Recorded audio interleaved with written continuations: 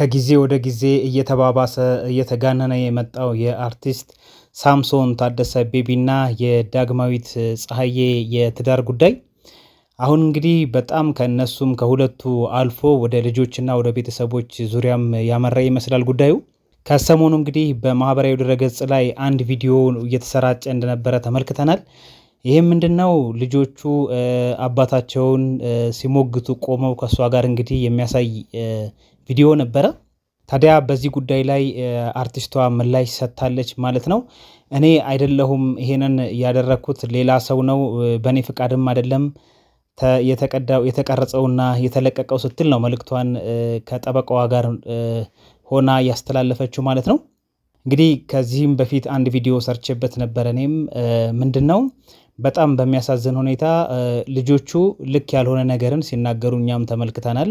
በተለይ ትልቋ ልጅ ማለት ነው አባትን የሚያህል እንግዲህ የፈለገ ነገር ሰው ተናዶ ምናልባት ቤቱን ይገባኛል ካፈላለው ሊል ይችል ይሆናል ለጊዜው። ስለዚህ ያንን ግን እንደ ትልቅ ነገር ተቆጥሮ አባትን የሚያህል ነገር በዛ አይነት ደረጃ ማናገርና ማዋረር ተገቢ ነው ብለንኛም አናስብም። ይሄ ደግሞ ምናልባት እነሱ ልጆች ናቸው ወደፊት የሚቆጫቸው ነገር ነውና ስለዚህ ዞሮ ዞሮ ከናትይቷ ላይ ከዳግማዊት ላይ ጉዳዩ ዞር ሊል አይችልም። ልጆቹን በስነ ስርዓት እንደዚህም አይነት ወሬ ውስጥ እነሱን ማካተትም አልነበረባትም።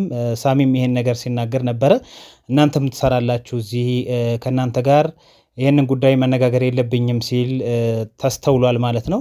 ስለዚህ ለሚዲያ ተብሎ ይሄ ነገር አሁን ምንም እንኳን እሷ ብታስተባብልም ወጣ እኔ ከኔ ፍቃድ ውጪ ነው ብትልም ነገር ግን ደግሞ ብዙ ጊዜ ከዚህ በፊት እኛ እንኳን እንደ ሚዲያ በመናየው ነገር እያንዳንዱን ነገር እየወጣች የምትናገር ስለቤቱ እንኳን ስቶሪዋ ላይ ለጥፋ የነበረች ነችና ዳጊ ምክንያቱም ቤቱን ክርክር ላይ ነኝ የልጆቼን ቅርስ ለማዳን ስትል ነበር።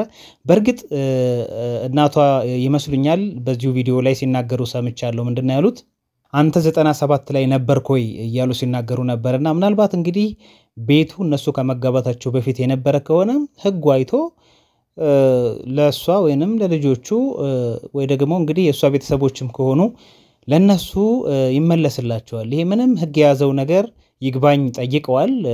ከጠበቃዋ ጋርም የተናገሩት ይሄንን ነው።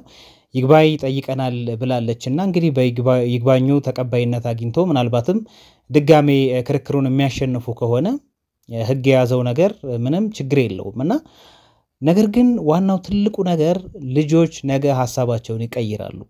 በቃ መታወቅ ያለበት ይሄ ነው። እኛ ስላሳመናቸው ስላላሳመናቸው ሳይሆን እነሱ እያደጉ ሲመጡ ጭራሽ እንደውም ለአባታቸው ሁላ ሊወጉንና እሷ ልክ እንዳልሆነች ሁላ በኋላ ላይ ተገልብጠው እንደዚህ አይነት ባህሪም ሊያሳዩ ይችላሉ። ስለዚህ ልጆችን እዚህ ነገር ውስጥ ማካተቱና የማሳመን ስራ የሚመስል ነገር መስራቱ ልክ ነው ብለን አናስብም። ይሄን እንደውም ይቅርታ መጠየቅ ሲገባስ ጭራሽ ቪዲዮውን ያለ ፍቃዴ ነው የወጣው እኔ አይደለሁም ይሄን ነገር ያደረኩት ምናምን ከዛም በዘለለ ጭራሽ ሚዲያዎችን የማስፈራራት ጭምር በልጆችን ፎቶ ያለ ፍቃድ የምትለቁ እኔን ያለ ፍቃድ እንትን የምታደርጉ ምናምን ስትይ ነበርና ይሄ የማይሆን ነገር ነው።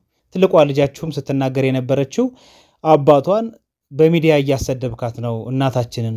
ይሄ አሁን የልጆች ሐሳብ ነው ማለት አንችልም። እውነት ለመናገር ቤት ውስጥ የሚወራው ነው የሚሉትና እሱ ስደቧት ብሎ መቼስ በየሚዲያው ላይ መጥቶ ይሄ ሰው ምንም ሲናገር አላየንም። ምንም አይነት ተጽዕኖ ሲያደርግ አላየንም። ልክ ነው ሰይፉ ላይ መጥቶ የራሱን አመለካከት የራሱን ሐሳብ ተናግሯል። ያ ደግሞ አንቺ በየሚዲያው በራስሽ ሚዲያ ላይ ሁሉ ጊዜ የምታደርጊው ነገር ነው ይሄ እንደው ስለዚህ ይሄ የሚያስኬድ ነገር አይደለምና ቆም ብለሽ ብታስቢና አንቺ እንደውም አንቺ ጋር ነው ነገሩ ያለው ብለን ነው እኛ የምናስበው።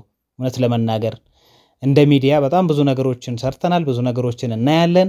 ነገር ግን ደግሞ እውነትን እንነጋገር ከተባለ ችግሩ ያለው አንቺ ጋር ነው ዳጊ። በጣም ብዙ ነገሮችን መለከቺ ብዙ ኮሜንቶችን እንደምታነቢ ከዚህ በፊት ራስሽ ስትናገሪ ነበርና ብዙ ሰዎች ደግሞ እዚህ ላይ ብዙ ኮሜንቶችን እየሰጡሽ ባንቺም ስር እየገቡ ብዙ ነገሮችን እየጻፉ እንመለከታለን። ስለዚህ ብትመለከቻቸውና ከቀልብሽ ብትሆኚ ብትሸነፊ በቃ ግትራቱኝ አንዳንድ ጊዜ መስማት ያስፈልጋል። ስለዚህ ያንን ለማለት ነው።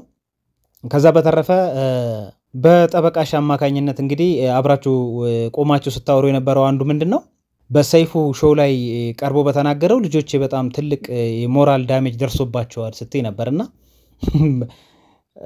እንግዲህ ይሄ ራሱ ሌላው የማይጠቅም ነገር ነው። በቃ በትክክል አንደኛ ከህግም አንፃር ምንም ይሄ ተጨባጭነት የሌለው ነገር ነው እያወራችሁ ያላችሁት።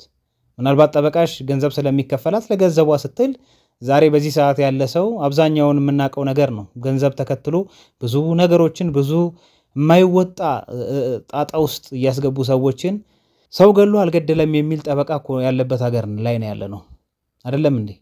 ስለዚህ ገንዘብ እንደፈለገ የሚያረጋቸውን ሰዎች ይዞ በሚዲያ ላይ እየመጡ ማስተባበያ መስጠትና የማይሆን ነገር መናገር ተገቢ አይደለም።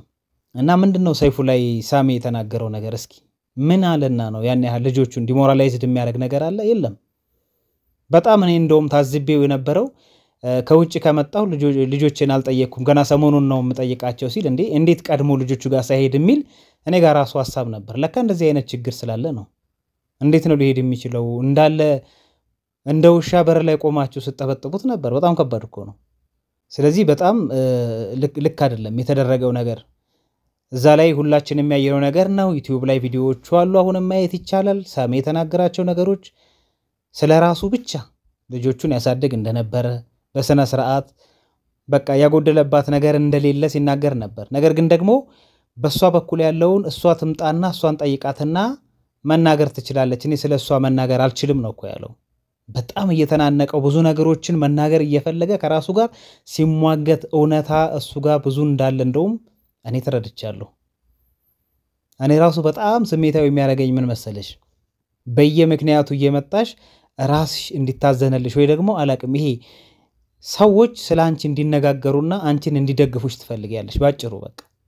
ይሄ ደግሞ አይሆንም። በቃ የፈለገ ከመቶ ምናምን ሚሊዮን ሰው 90 ምናምን ሚሊዮኑ ቢከተልሽ ሊጠቅምሽ አይችልም። እመኚኝ። ማንም የማንንም እንቅልፍ አይተኛም። ብቻሽን ነው የምትተኙ። የዛን ጊዜ ውስጥሽ ያለው ነገር ነው ካንቺ ጋር የሚቀረው። ስለዚህ ከእውነት ጋር መጋፈጡ ይሻላል። ምናልባትም ደግሞ ካልተረዳሽ ጠበቃ አይደለም የሚያስፈልጋት ሐኪም ነው የሚል ኮሜንት አንብቤያለሁ። ትክክል ነው። ባይዘይ የስነ ልቦና በዚህ ሰዓት መሄድ ያለብሽ መከታተል ያለብሽ ምናልባት ፓስተር ቸሬ ይቀርባችኋል። አንድ ጊዜም ሰይፉ ላይ አብራችሁ መታችሁ እንደነበር አስታውሳለሁና በጣም ሊረዳሽ ይችላል። እሱን እንደውም እሱ ጋር ብትሄጂ ከጠበቃዋ ይልቅ እሱ ጋር ብትሄጂ በደንብ ትታከሚያለሽ ብዬ ነው የማስበው። ካልሆነም ኦርቶዶክስ ነሽ። በኦርቶዶክስ ሃይማኖት ስር በርካታ መምህራን አሉ።